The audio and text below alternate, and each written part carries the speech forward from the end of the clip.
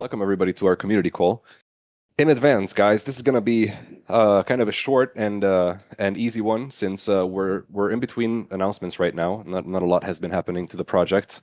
There are some things that are going to be announced very soon, but not much happened last week. And also, it is about 7 million degrees in most of Europe right now. So if your country is not included in that, then I'm extremely jealous of you. So I'm basically in a puddle right now as we're recording this. I have with me Ismael once again as a co-host. Say hi to the people, please. Hello everyone. How are you doing?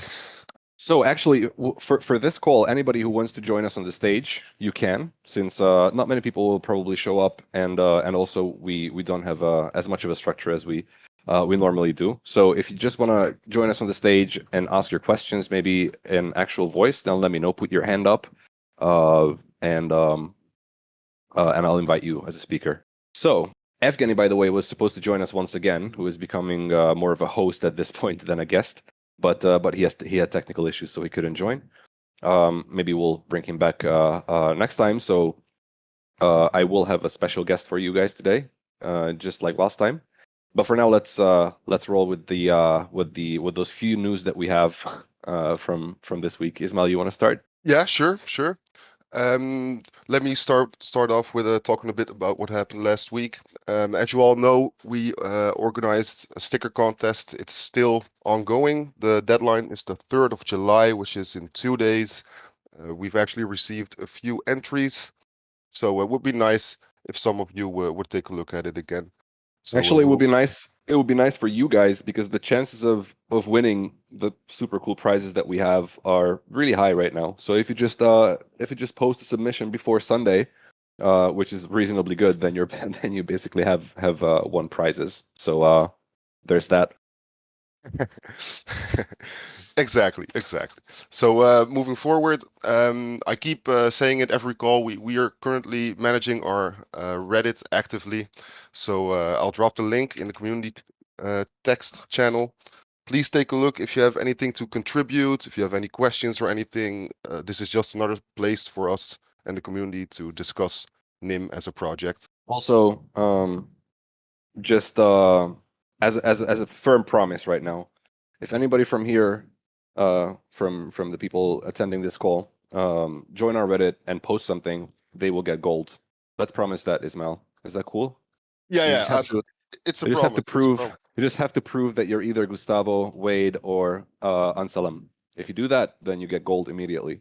Exactly. Yeah. All right. So our next item on the agenda is our grants program, which you may have heard about already because I think 2 or 3 community calls before this, if anybody attended when I was with Jaya and Max, we already discussed some details about the grants program. So our initial steps were going to be off the ground very soon. Yeah, so once again, like I said, it's a weird week in terms of the community call because we're in between announcements, but that's probably the closest coming a big announcement that we have. And the ecosystem, it needs the grants program, so it is exciting that that's going to be off the ground next from, well, I can't say next week, I can't put a date on it yet, but very soon, because as soon as we have the grants program, development will start, and our ecosystem will be built, which is super great to see. So more info coming on that pretty soon. And yeah, so another news item is that we, with Max and myself, we attended a Russian English AMA on the Nodes Guru Telegram channel. If my info is correct, Evgeny will correct me if I'm wrong. But there will be a recording of this available at some point on their channel. So if you speak Russian, then make sure to check over there to see the recording. And one more news item for those who attended our previous 2 community calls. We had Evgeny on as a guest from Nodes Guru. They have their delegations program for which the submissions have closed. So now there are no more submissions, and the winners will be, or probably not winners is the right word, but people who will end up getting delegations will be announced pretty soon. So stay tuned here and also on their channels over at Nodes Guru. And one other thing, I don't know how many people here are affected by this, but we also started the verification process for our NIMF testnet participant rewards. So if you didn't catch my messages on all our channels, then make sure to verify yourself and submit all the required details before next Wednesday. This is a hard deadline, so we're not going to be able to accept late submissions this time. And yeah, that would be all the news that happened throughout the past week. And now on to our tradition, which is bringing on a mixed node operator each week, who we already have on stage. So basically, this is an attempt on our side, on our part, to highlight the fact that behind every mixed node there is a cool person with a cool story, and also that that without you guys, this would not be NIM would not be an infrastructure; it would just be an idea. So our infrastructure is basically going live from node to node each week and every day all around the globe, which is something that we like to celebrate. So in that spirit, we always bring on one mixed node operator to chat with on these community calls. And this week is no exception. It is an exception in one way because our main guest actually is our mixed node operator this week. So we're going to be just chatting with him and there are no other guests. So yeah, today we have a real OG for you who was actually the first non-NIM team member to mix a packet on the NIM mixnet.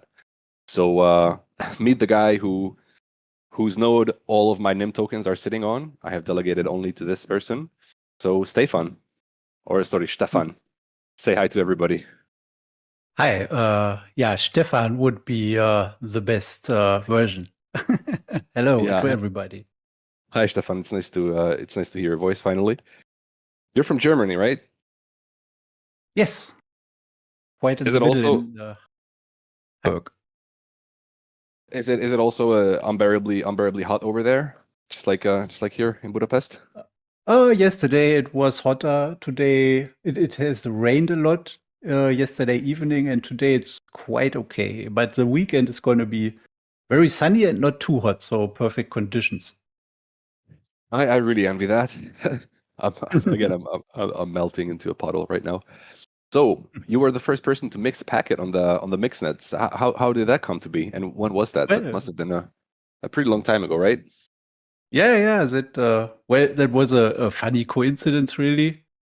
It was around that time. That was in January 2020. And that was after the Chaos Communication Congress happened in Leipzig, where Harry Halpin introduced NIM to some people on a small side stage. And I remember at that time I said, well, this talk should be really on the main stage because it might become a very important piece of internet infrastructure. But nevertheless, it was just, I don't know, 10 hackers like me. And Harry was showing us how to compile a mix node. And so we did. And well, then we went home. And because I'm a nerd, I invented or wrote some kind of automation to update mix nodes or my mix node. I had 3 running at that time. That was not forbidden then. So I had 1 mix node for each layer, which you have in NIM, which are 3. And yeah, by chance, I realized on the key-based chat, which was used back then, it's still used, but back then it was the only messenger that was used with NIM.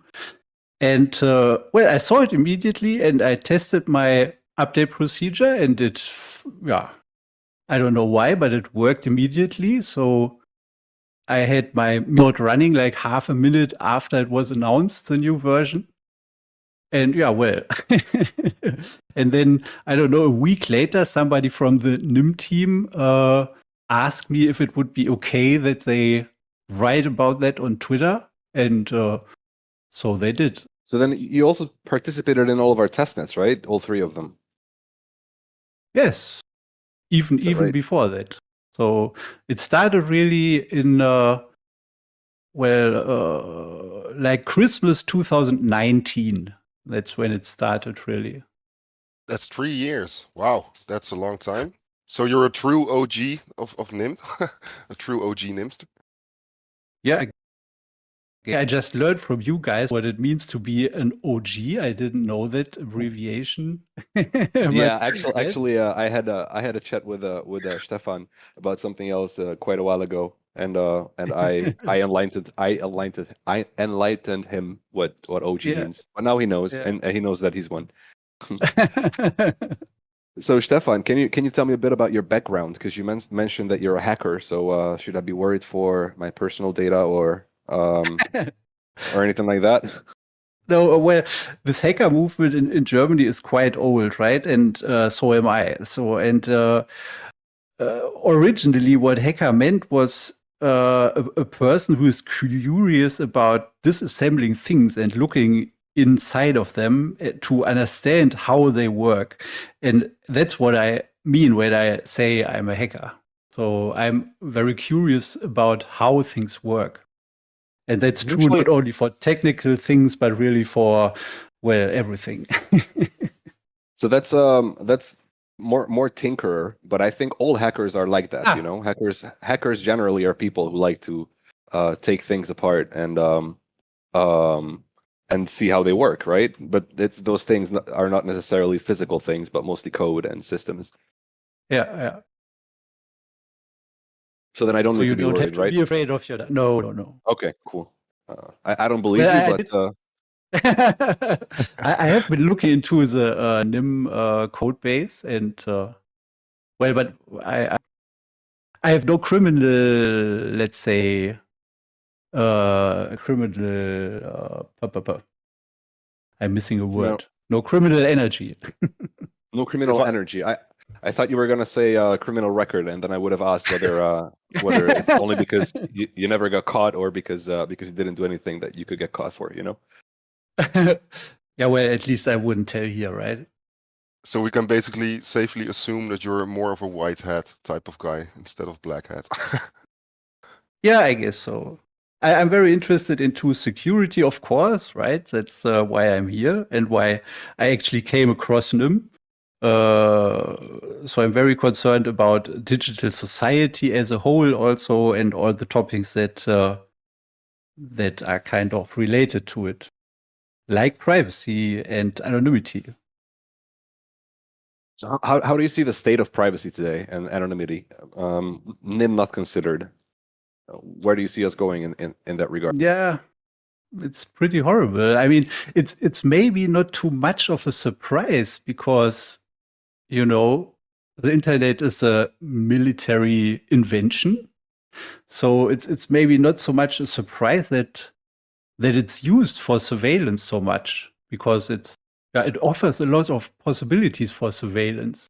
And from that surveillance, big companies have learned decades ago how to turn this into big profit. So if you think about that, then it's no surprise that surveillance is all around us. Yeah, that's true. But also um it's because how, at least in my opinion, and also I hear people from the project sharing similar sentiments.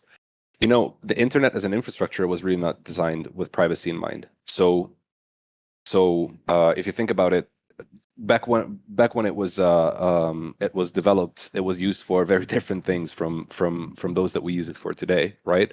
We bank on it. We share our most private thoughts with our friends and family on it. I don't know, we store all sorts of compromising photos from all sorts of parties with friends on it, you know. So it's a very different use case and much more widespread as well because everybody has to use it. Um, to get by these days. Also, you have to, you know, you're going to be looking for a lawyer on the internet, so or any sort of legal assistance like that, you know, or any sort of services that may expose you as someone who needs those services. It's all very private. A lot of things that we use it for, but the system itself as an infrastructure was not developed with privacy in mind. So you constantly leak all sorts of data about yourself on the internet until you're on that infrastructure. So that's also, I think, a part of it. Yeah, absolutely. And well, when the internet started, that was really all about exchanging ideas and about fun. And well, it's still about fun, of course, but it was not serious really, and it was not used for any. It was not mandatory, let's say, that you have to use it for certain things. But it's that's true. Today, you have to use it, as you say, for certain things which you just don't want the whole world to know about, right? And not because it's kind of shady, but just because the rest of the world does not have to know it. As simple as that. That's something which is completely normal in real life, right? So why shouldn't it be normal on the internet? Exactly. There are certain conversations with, I don't know, my friends and family that I wouldn't have on a tram, but I rather would have it, in the privacy of my home. And that is not because I have things to hide. It's just because I don't want everybody to hear about my my private combos. And that's a very different. So since we're online all the time, it's maybe there's an argument to be made that it's even more important for you to have that private home where you can have those private conversations, for example, than in real life, right? Because you're it's much harder to know, for example, online whether you're in that private room or not. Basically, the argument is that you're never in that private room, right? So, but you may feel like you are. And the thing is, you have to ask yourself whether it's private, and that shouldn't be the case, right? So if you compare it, let's say everybody would be forced to install spy cameras in their homes, which record 24 hours a day any activity you do. And by the way, of course, you might recognize that's from the 1984 movie, right? I was about to say, yeah. And that's a completely totalitarian idea and a dystopian idea. So, but somehow there's a gap between that perception in physical life and in digital life. But I think that's just a learning process, right? Maybe most people don't fully realize how much the internet is reshaping their lives and how much they will rely on the internet in the future, and that's only get more. And it's important that you have, I would think that it's very important that you have the same, that you can be assured if you do something on the internet that it's by definition private, unless you don't want it to be private. But the default should be that you don't have to worry, that you don't even have to worry about the question whether it's private or not. That's one important thing, and the other important thing is that privacy should not be granted at goodwill by anybody. It should not be someone saying that, hey, I allow you to be private because you've been a good boy or whatever. It should be a fundamental feature Human of right. well, a human right, and through that, or as an extension of that, it should be a fundamental feature of the infrastructure itself. So that's what NIM is trying to do. It is not trying to build the next private messaging app or file sharing app or anything like that. We're trying to create an overlay network on the internet itself, which solves the problem of the internet not being optimized for privacy and anonymity. So that's basically the idea, and I think that's absolutely critical, and more critical as we move towards 1984 in a lot of different ways nowadays. I think it is increasingly critical for us to have some sort of a solution for that. Yeah, and that's well, I think I understood that from what Harry was saying back then. So because I'm a nerd for all my life, right, and I'm also worried about these topics for decades, right? So it's not a big. I understood what he wanted to do, and so that's exactly why I'm running that mixnet since then, because I completely share that insight that anonymity is completely crucial to a working digital society as a, let's say, as a base feature. Yeah, as this feature of the um of the tools themselves. So not something that again is granted by someone who can also take it away. It's because that's going to be abused by default. Because if there is that gap existing, then it's going to be abused, right? It should be a non-questionable in a fundamental way that hey, these interactions are anonymous and private. By the way, do you have a privacy like how do you make sure that your online life is private? Do you have any tools that you use now that NIM is still being bootstrapped? Yeah, well, let's say my network setup is quite complex and it involves a lot of exit points from my private network. So I can step out of my network in a lot of places out all over the world. And well, but that's of course completely nerdy, right? And that's not a solution to the problem because it's far too much effort, really. Yeah, especially for someone who's not techie, right? Yeah. Yeah, I agree with that. But I used to have this project where I wanted to create a Google account which thinks that I am a mother of 6 in Alaska. I don't know how successful it was, but I did everything in my power to do that. And I used that Google account for quite some time to do everything with it. That was my way of privacy online. And yeah, you I have in my questions how you stumbled upon them, but you already talked about that. So let's talk about your mixed node a little bit because this is after all a mixed node operator spotlight. So everybody's telling people why delegators should delegate their tokens to their mixed node, but as opposed to this, you told everybody to run their own mixed nodes in your mixed node promo. So why is that? What's the deal with that?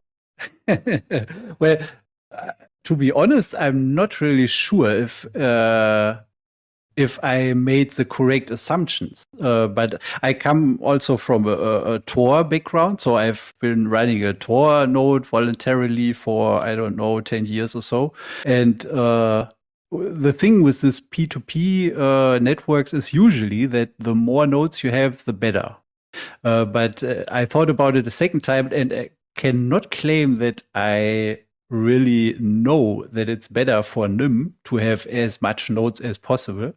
It was just an assumption, basically. And so I said, well, why do you want to delegate rather run your own node?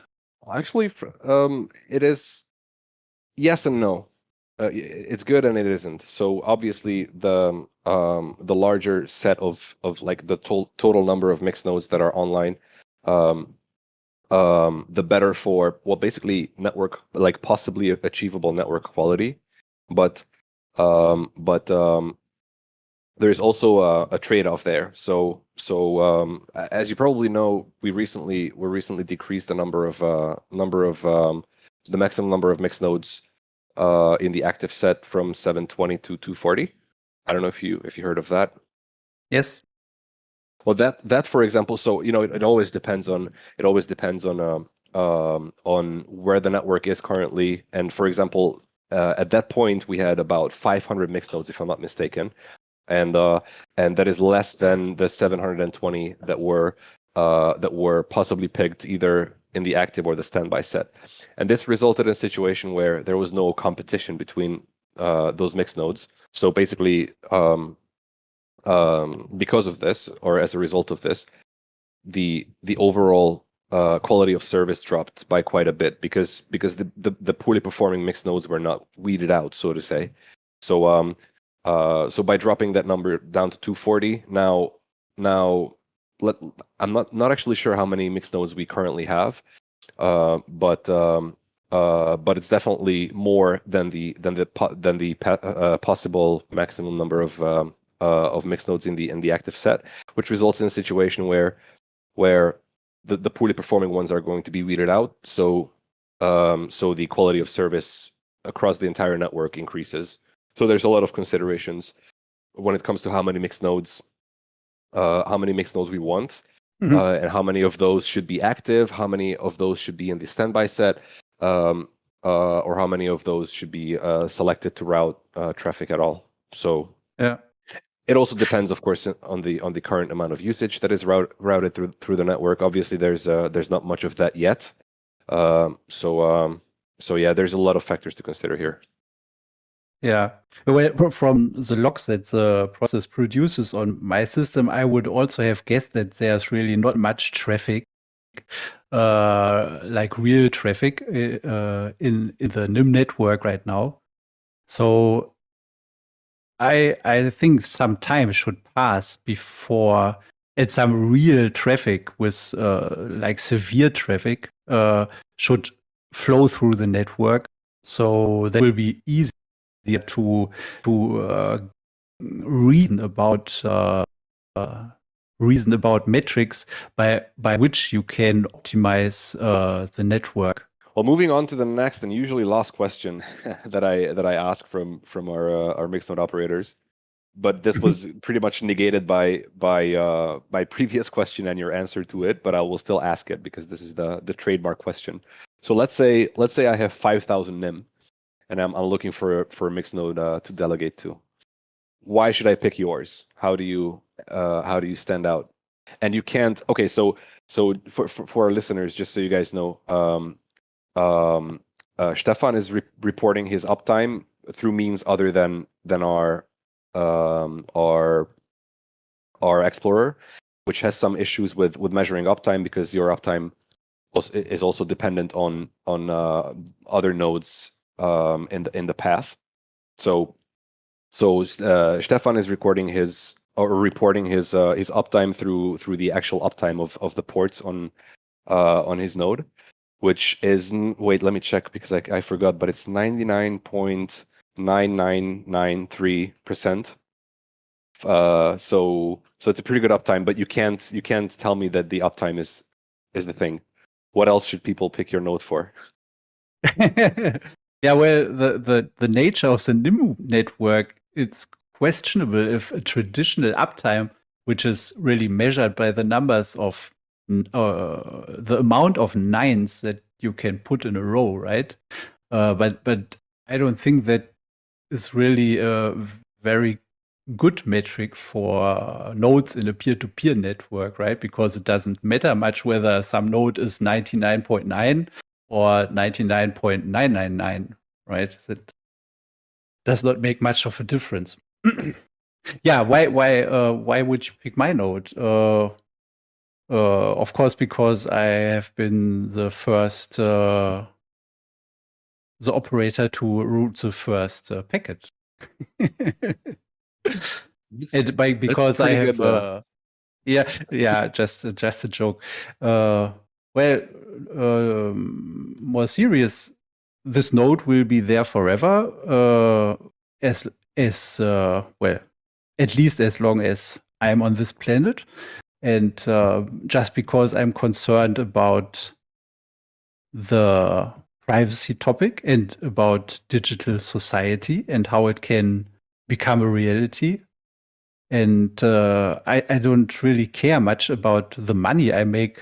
Well, actually, I don't care at all how much money I make with that node. As I said, I come from a Tor background and I'm more used to voluntary work, voluntary donations, so to say. But Tor has shown that this has limitations. So you cannot grow such a model indefinitely. And that's what's also what's very interesting about NIM is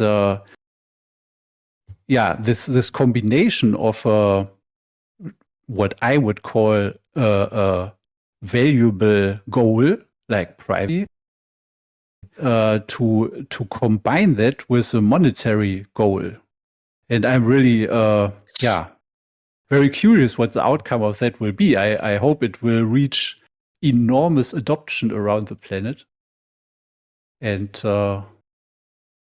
Well, I could also offer, I have a T-shirt from that Chaos Computer Congress, which I have been wearing a lot. It's an orange T-shirt, which with a some NIM sign on it. And I could offer to send a photo of this T-shirt to every delegator.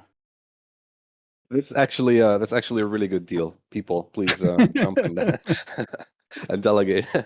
No, that's a relic at this point. And yeah, I don't actually, know, but I guess so. If I look through your shop where you sell the merch, this T-shirt at least does not pop up there. yeah, definitely. That's been a while, and we've had quite a few redesigns since then. So yeah, you have a relic. Just keep it and put it in a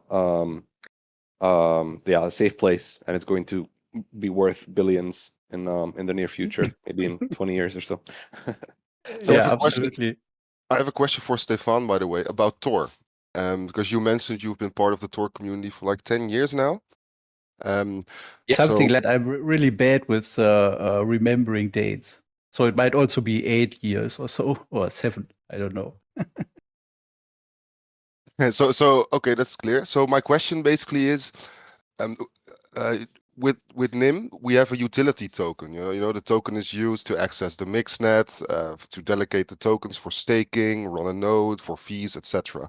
So that's a big difference with how Tor works, right? Because you've mentioned, or I mean, you didn't mention it, but I know that Tor works on donations for the most part, I believe. Like I'm not 100% like in the loop with Tor, but like, what do you feel about the fact that NIM uses a token? Do you think that that's going to help us like achieve mass adoption a little bit sooner, as opposed to, for example, Tor, which is a bit more complex, I guess, to get into, maybe? So I'd love to hear your opinion on this. Yeah, that's well, Tor is not so much about community, really. It's about a technology, and a lot of people use it. But all the infrastructure that the Tor traffic runs over, that's more or less all voluntary. Voluntary. Yeah, So, of course, I mean, governments run nodes, and also a lot of companies run nodes voluntarily. But there's no as far as I know, there's not any kind of incentivation, like monetary incentivation. exactly. It has shown, I would say, because Tor is really not new, right? It's been there for a while, and it has shown my conclusion that you cannot scale such a model indefinitely. So there's like a limit to how many voluntary tech nerds around the globe are willing to support this idea with their time and whatever hardware and bandwidth mostly. So that has a limit. So you cannot scale that indefinitely. And I hope that with the network, which has this monetary incentive, which attracts, of course, a lot of, which is very attractive to a lot of people who are not technically interested, or who are not interested in the technical details, and maybe not even interested in privacy in the first place. But a lot of people are interested in this monetary aspect of NIM. And that's maybe a good choice. It's a bit like they did with Bitcoin, right? So first you attract a lot of attention from the world. And then once the people are there, you can try to convince them that your goals are really good goals and valuable goals for society. Exactly, and I think in both cases, yeah, that's true. Both Bitcoin and hopefully Bitcoin has already revolutionized the world. I think it's inevitable that the things that that it started are inevitably happening, and also hopefully NIM will do the same very soon.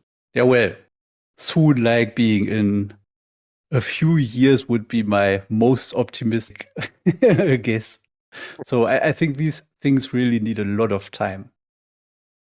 Yeah, they do. Exactly. They do. Yeah, definitely, definitely. And also, like, if I can, like, I'll give a little bit of my personal opinion. It's a bit of speculation from my side, but I've always believed that in near the end of 2024 or like in 2025, 26, that's we're going to see like the biggest boom in mass adoption. I think this is generally something that many people think. So it's great that NIM already, has their mainnet live and people are joining the project. So I believe that 24, 25 is going to be major for crypto overall, like the whole general industry overall, and then NIM would tie in perfectly with the other projects. I think we have a great amount of months and years ahead of us, to be honest. Yeah. Well, I think what will be taking the most time is the incentive thing. So if you think about the real world and how incentives work there, let's say, for example, I don't know, school grades. So you have a simple measure, school grades, right? But the incentive system, if you want to call it that way, which is formed around that's enormously complex. That's like your parents giving you money and your future, I don't know, employers offering you good jobs and I don't know, all kinds of incentives for these school grades. And whether an incentive is good or bad, that takes a lot of time. For example, nobody can be sure, I would say, that this idea of delegating to mixed nodes and thereby increasing their weight, if that will be a good incentive to really optimize what the network is doing, right? That's maybe a first guess to say, aha, okay, let's do delegations and see what people can come up with and what the results of that will be. But, I would guess that it takes a lot of iterations before you have a really good incentive, before you have really good incentive mechanisms that produce a good outcome. Do you see anything? So we have a lot of knobs to turn, so to say, and that is already happening. So when we released the mainnet, obviously a lot of things were based on assumptions. That's all you have. Well, not necessarily only just assumptions, but also simulations that Claudia Diaz, our chief scientist, ran. And there's also a white paper about this. If somebody could share a link to it in the chat, I would be really appreciative of that. So there's a lot of assumptions that we made, obviously, and then as those meet reality, then we're fine tuning what we're doing. Case in point, the drop of the total number of mixed nodes that I mentioned already. That was one of those situations where the assumptions met reality and things just turned out differently. And also another one of those was a recent change to the saturation point. It initially was 1 million NIM. So at 1 million NIM total stake, a mixed node reached saturation, after which point it didn't get any more rewards, and the same amount of total rewards was shared among all the delegations. And then since the circulating supply, not circulating supply, but the total stakeable NIM, let's call it that way, at that point was not 1 billion, which the assumption was based on, but more around 100 million or so. We had to change this number so that it reflects reality better, so that everything works according to plan and rewards are high enough and whatnot. Do you see anything that is not these knobs that we can turn, but something fundamental that we may end up having to change around our that's tough question, I would right? So say sorry if it's I would say that's exactly the thing. Nobody can tell because nobody knows, because it's a product really of hitting reality. So all you can do is throw it towards reality and see what the results are. And if if you are not, if the results are not what you expect, then you have to think maybe about completely different ways to incentivize, which nobody might think of today, and which nobody had the idea already how to do it. But that's the thing that only time and reality will show, I would say. Exactly. And I think the keyword that you used was iteration. That's really important for any system. If we just sat in the lab, quote unquote, and came up with these assumptions that this is how it is going to look like, on paper, and we never adjusted those numbers or those assumptions, then it could be quite, dramatically bad or just performing overall very poorly compared to what we're designing it for. So this cycle of iterating on our designs is very important. Yeah, exactly. And that's also what I think is crucial to NIM, that it keeps the flexibility, both technically and organizationally, to be able to iterate and to change the rules if necessary. That's very crucial, I think. Exactly. One more example is maybe this saturation thing, which I'm reading about it on Telegram, and if you read it, you cannot believe it, right? So there's this easy rule with it. I don't know how many million until a node is fully saturated, but most of the people just don't care. So they keep delegating to nodes which are completely oversaturated. And that's a lot of factors, right? One is maybe to increase education on that. Exactly. Yeah, Stefan, you're touching onto something very important. Sorry, I'll let you finish. Go ahead. Yeah.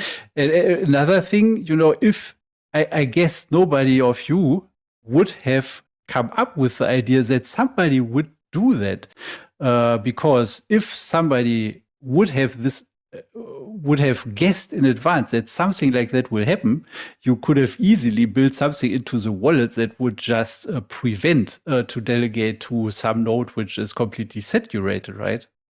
Exactly. So these are the things. It's a very good example, and one that we often talk about internally as well. So basically, this is where our assumptions meet reality. Because in our white papers, they are academic papers. So what we assume, of course, are economically rational consumers, so to say. And as long as you provide them with the right incentives, by and large, they will be acting in their best interest, as the game theory would dictate. So then you just have to create the right incentives for things to happen in the way you want them to happen, right? But then when this hits reality, it turns out that a lot of people, they have delegated or staked on different projects, which are have very different incentive structures from ours.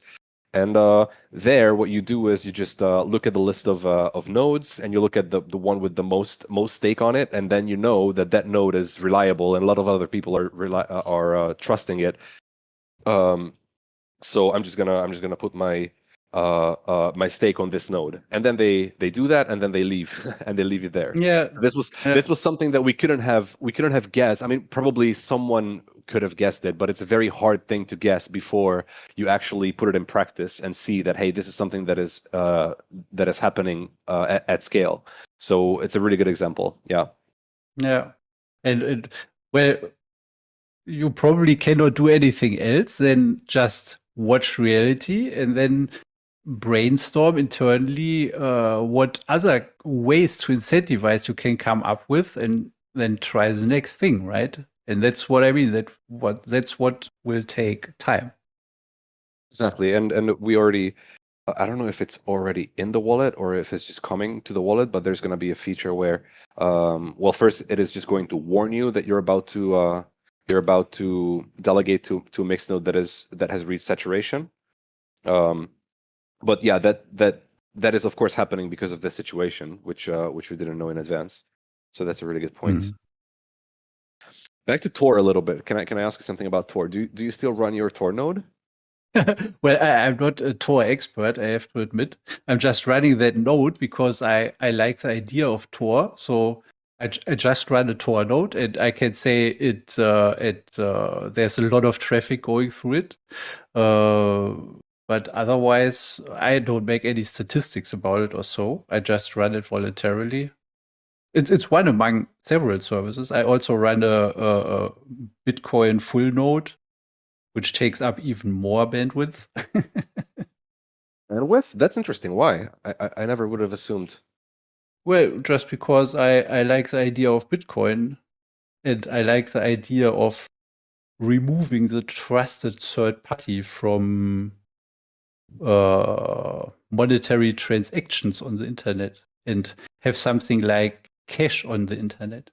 So Wait, I don't have I to explain Bitcoin, right? you don't have to sell Bitcoin to me. No, not at all. I'm already sold. I'm already quite sold on the idea. But what I meant was why bandwidth? That's surprising to me. Why is it using a lot of bandwidth? Yeah, The full node? that's maybe really an interesting question. So if you want to bootstrap a fresh Bitcoin full node, right? That node has to like rebuild every transaction which ever happened on Bitcoin since the first transaction. So that's how you set up a full node. And of course, that will consume a lot of traffic. And if you put a fresh new node, that node will try to get data from other Bitcoin nodes. And that's why I'm running that node. So people are able to retrieve that list of transactions to build their own Bitcoin full node. But what I see there, and that's maybe interesting, that most of this traffic is really caused by a handful of IPs, of addresses or of hosts on the internet, whose aim is obviously to cause me traffic, right? Like to burn my traffic for Like uselessly burn my traffic. similarly to a DDoS would be, right? So like uselessly burn your bandwidth and also your resources, right? Yeah, That's yeah, messy. exactly. So that's what mostly happening, right? But I'm still running it because I have you can put all kinds of hopefully clever rules like IP tables and Q disks to your. I haven't mentioned I'm a Linux nerd, so everything I do is Linux, except for my laptop, which is Mac OS. Well, you can try to make clever rules so you can reduce this impact of these people trying to burn your bandwidth.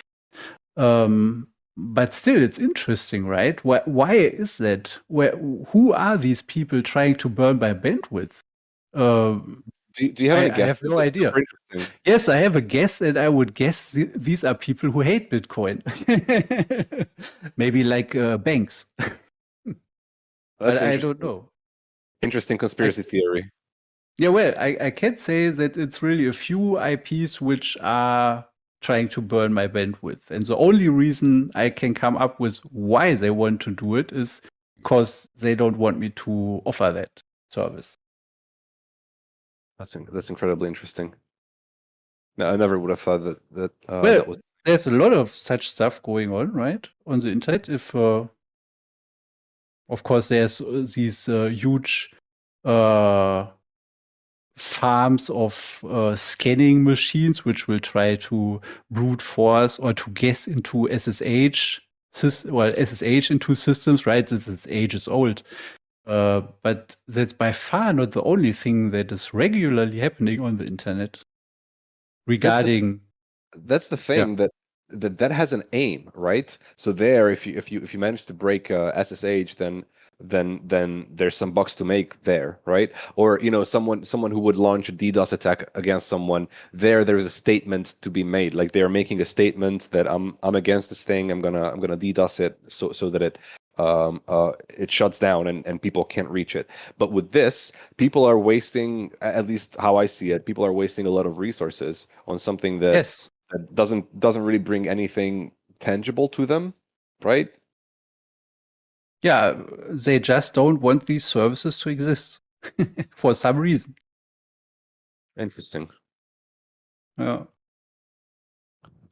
Stefan, Yeah. it's an absolute pleasure talking to you. I could go on for hours. Do our dear community members who are here have any questions for Stefan, or me, or Ismael, or anybody else? Not anybody else. Please don't ask us a question from Obama or someone else, because I'm not going to be able to ask him. If anyone has a question, now is the time to ask. Gustavo, send a question. At least one. Maybe you could reprogram your recording bots so they will ask a voluntary question. Yeah. Actually, I thought about that. Craig and GR would ask pretty good questions, but they would have to be sentient, because I don't want to come up with the questions themselves. That would feel strange to answer them. All right. Well, if no questions, ladies and gentlemen, then please take care of hydration. Okay, everybody, drink a lot of water. It's very important. Otherwise, you may actually die. Don't die. Stay hydrated. No, actually, maybe you don't die first, but you get a headache and whatnot. Don't do that. Don't be like that. Stefan, it's been an absolute pleasure. See you in the chats very often, I guess. And see you everybody next Friday, where I'll hopefully have much more news to share with you guys. This was a bit of a weird community call, but I actually prefer it this way, because my brain is probably operating at about 20 to 30% efficiency, given the 38 degrees. Actually, I just looked at the thing, 38 degrees in my room right now. So yeah, Thank thanks you for all. having me. It was a pleasure for me too. Likewise, maybe yes. we can have Stefan, I really think you're an awesome guest, so thank you for being here. definitely a super great guest, and we could have round 2 at some point. I would be super down for that. And everybody, as usual, the call was recorded, this time for real. We're using 2 bots at this point, and also screen grabs, so that the recording doesn't get lost as it did once back when. And it was really nice to have you all, and have a lovely weekend, and see you all next time. I think there's there's a question from Uncle Lem for Stefan. Oh, Go ahead. Yeah, he's typing right now. wait, actually, do you want to ask it in voice? Do you want to become a speaker and ask it in voice? I'm inviting you to speak. If you can. It's okay if you just type. Hello. Hello. Everyone. Oh, Mic check. Hi there. You hear me? Yes, kind of. It's a bit yeah, but we can hear you for the most part. Well, that's such an honor to speak with you guys, to listen to this community call. I'm basically from Kazakhstan. So, Stefan, my question is pretty, might sound strange, but if we're talking about NIM's purpose and all this stuff, I just heard you said that you're using macros as your basic computer. How does it fit to being anonymous and using macros? Wait, I think it was hard to. Was it only hard to understand for me, or you guys also? well, I couldn't understand it really. There's a bit of noise, so if you could please repeat your question. There's a bit of background noise. If you can maybe go somewhere a bit more quiet. I will try to go outside. So, sorry, I was in the building. So, you were talking about NIM's purpose and being and that's so important to being anonymous at this time and all this stuff. But macros is not about that, isn't it? Do you macOS? understand? You're asking about macOS, right? Whether it's Yeah. against the stated. Oh yeah, I understand now. Stefan, I'll leave that up to you. So I'm still not sure if I get that question right. Is that why I'm using macOS? Yeah, exactly. That. So if I understand correctly, and correct me, Uncle Lem, if I misheard it, but he's asking whether after all this talk about privacy and anonymity, why are you using macOS, which is not about that. Okay. Yeah, maybe. Well, all technical things I'm doing, I'm using Linux for, but I just like the UI of macOS. So I'm using it because because of its usability. So I'm not using a Linux desktop. I've tried to, but I think I don't like it too much, to be honest. But I have, let's say, on a network level in my home, I make sure that it's not too bad, right? So I have several utilities, for example, running on the Mac OS, which show me everything that the OS is doing and every network connection that it tries to make, and also on my router, which I have a lot of, let's say, mechanisms up so that it's not too bad. But yes, of course, anonymity is hard to achieve, right? But that goes for any operating system, I would say. Some maybe more, some maybe less. Yeah. Yeah, of course, but you as a hacker, if I understood it right, or at least a nerd, like who knows how to compose the right computer, you can take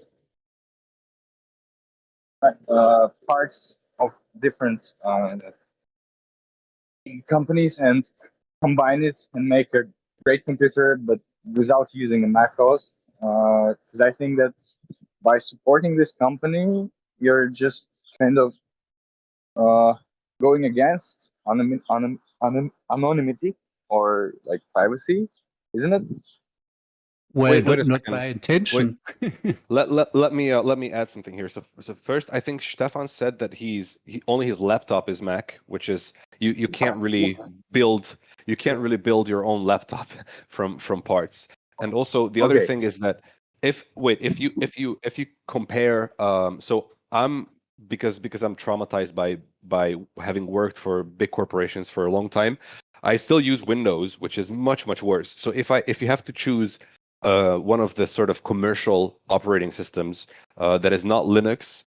It comes with all sorts of like comfort and comfort features. Like I use Windows, but I think I think when you compare Mac OS, even though I really don't like Apple and I don't use any Apple products, but still, if you compare Windows to Mac OS in terms of anonymity, there's no contest, and Apple wins every round hands down because it's not as firmly in their business model to sell your data as Microsoft made it into their business model lately to sell all your data that they gather through you using Windows and all the other Microsoft products. It's still much easier to reconstruct Windows system to your own needs and make it more private, isn't it? And Well, you basically can't do this with Mac. what are you running Oh. right now? What operating system are you running? Windows, Windows which? but it's 11, but it's not legal one, and I turned off all the updating systems and like everything that Windows are uh, taking from me. Sorry for my English. No, that's fine. That's fine. We're non-natives. Nobody's native here, including myself. So it's all good. Don't worry about that ever. So yeah, well, I mean, just from from it what I might can sound tell. funny, but Mhm. Sorry, go ahead. It might sound funny, but I'm just like critical against Mac. I've been with them for a long time, but uh, all this news about them, all the things that they are scanning your phone all the time and taking your data without your like agreement, or with just with an agreement that you make when you just took a new computer. I mean, I don't think it's right. And if when I buy it, I kind of support this system. I know that I'm like small fish and nothing changes if I just leave. But still, I think that's kind of a principle. Or no, I hope you understood me. Well, kind of, but I to be honest with you, I disagree because because it's just you can also read up on this privacy wise. Apple's business model is exposing you to much less surveillance than Windows is. Obviously, you can take those steps to sort of nuke Windows installs. It's much less possible to do with Windows 11 than it was with Windows 10 and especially previous releases, but you can still do it to some degree. But out of the box, if someone buys a Mac, they are much less their privacy is much more preserved than so there's no company where it's part of the business model to extract data of you through that OS. I mean, not as much as with Windows. Really read up on that because there's quite a bit of info on this out there on the internet. But ladies and gentlemen, I'm gonna have to cut this here because we're already over an hour. Thanks for your question, Uncle Lem. Am I pronouncing that right? What's your name? Uncle Lem, just Lem. Uncle Lem. Yeah. All right, Lem. It was nice. It was nice hearing from you, and especially you, Stefan. Thanks for joining again. Yes. And catch you next week, everybody. Thanks Catch for you next joining. week. Bye bye. Bye bye. Bye.